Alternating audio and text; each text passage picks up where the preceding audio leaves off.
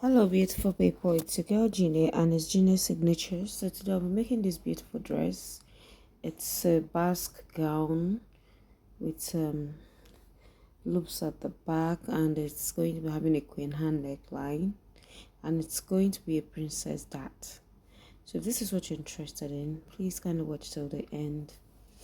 And as you're watching, don't forget to subscribe, don't forget to like, and don't forget to share. So this is the back. I couldn't wait on my mannequin because it was not the size of the mannequin, so that's why I made a video like this. So now I'm just going to be showing you, because I have several tutorials or tons of tutorial on how to make a princess dart bustier. So this is just like doing like a recap of that, because I just don't want to delve into making of the clothes without showing you the process. So that is me drafting my princess dart bustier. I'm using the exact example on how I did it before. So if you feel you don't know how to cut this, please kindly check out my tutorial on how to cut a princess dart bustier, and it's exactly what you're seeing here, you'll be seeing in that video as well. So I'm just trying to show all this so that you won't just feel like I just cut out the fabric without showing you the due process. So that is why I'm showing you everything like this, and I don't need to explain. So if you want it more detailed or more explained, please kindly just check out that on my tutorial on how to cut a princess dart bustier. Thank you.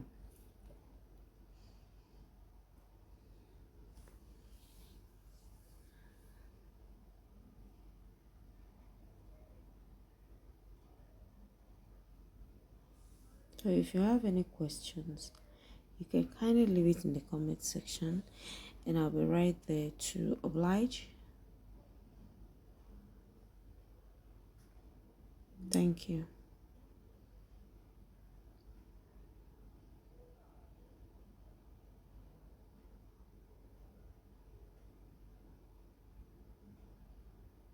So I'm going to be cutting this out. This is going to be the front part. But before that, let me just tell you I'm going to be cutting the queen and neckline.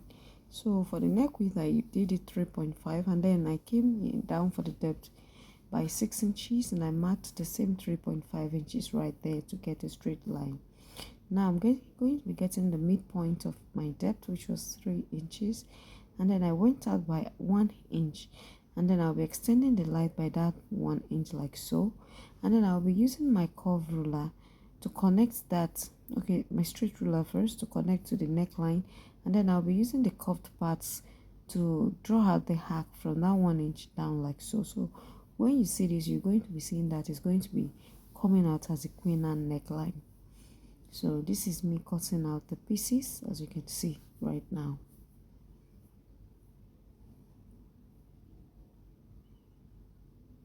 So before going for that, I remember that this is going to be having a basque in the front, so I'll just be joining this paper. I'll be using my tape to just attach it, and for the basque I just came down by 5 inches from the waist area.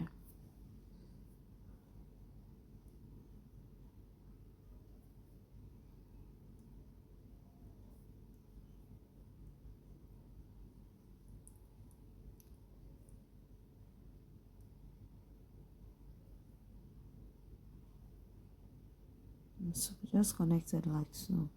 So if you want, you can just extend your lines, or you can slant it down. But I just decided to cut out exactly like that.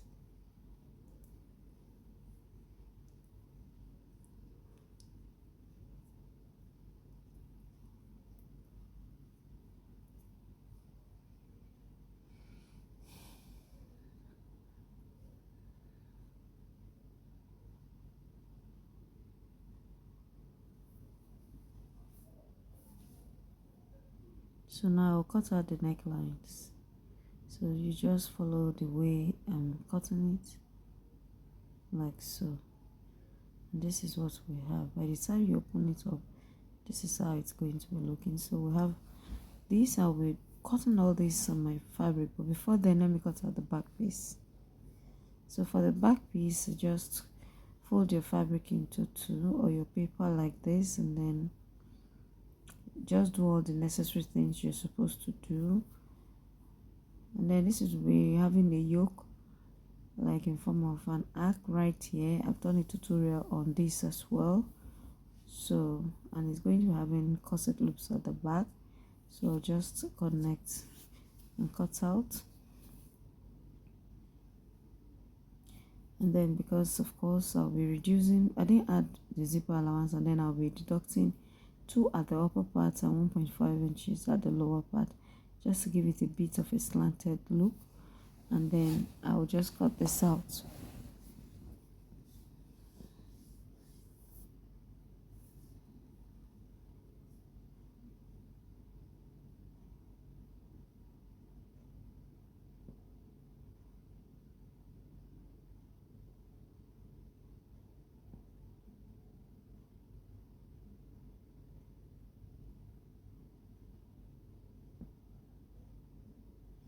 And so this is what we have for the back.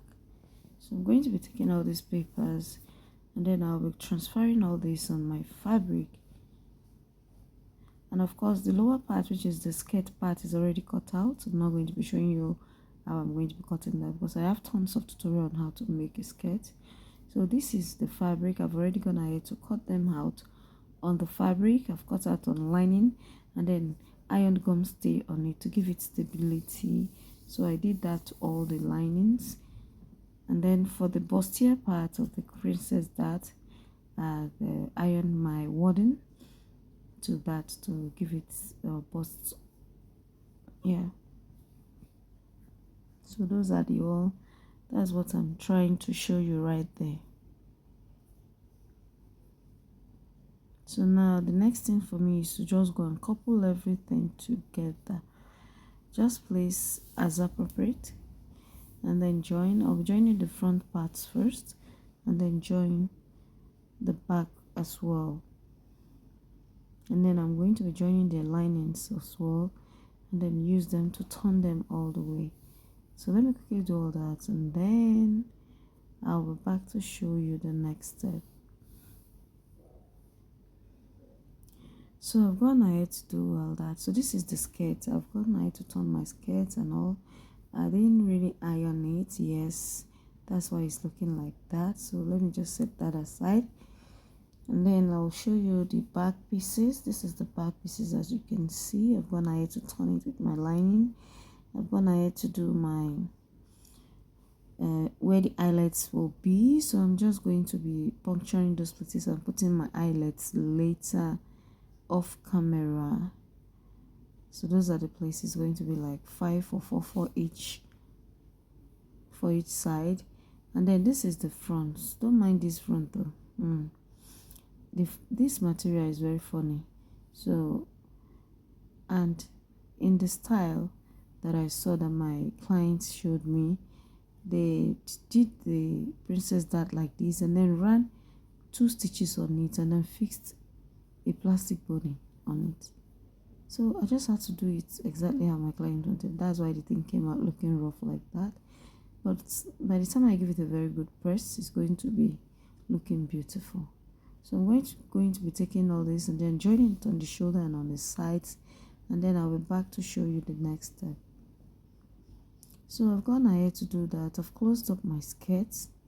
My skirt is like very ready.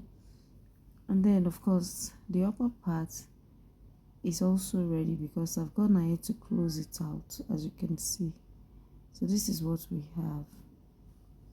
So now we're just going to be creating the basque effect on the waist area. And in order to do that, I'm going to be placing my fabric like so, making sure that the sides are aligned properly. And then once you confirm that, then you're going to be getting the midpoint of the waist line. Just indicate the midpoint of your waist.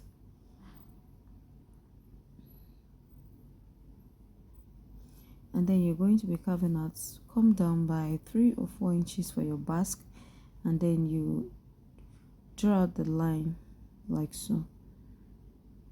So depending on how low you want the basque to be, if you want it to be like a 3 inches, you can come down by 3 inches. If you want it to be 2 inches, you can come down by 2 inches. If you want it to be 5 inches, you can come down by 5 inches. So I'm just going to be taking my scissors, and then I'll be cutting out that basque part, as you can see me doing right now. So make sure that when you are cutting this, you're not cutting through the back of the skirt. So make sure that it's only the upper part, that is the front, that you are cutting. So you can see I didn't touch the back. So this is what I have. So I'm going to be placing this like so, just to show you that everything is aligned, and I like the depth that this is given. So I'm going to be placing like this, and then use pin to hold it down in the middle like so, where the pointed part is supposed to be. So I'll just go ahead and then join it together around like so, up to the zipper area.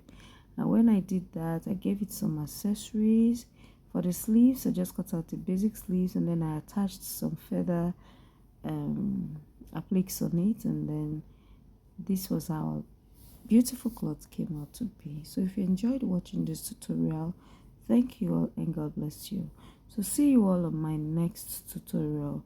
And like I always say, this is Genius Signatures. I sound tired, yes I am. See you all on my next tutorial. Bye.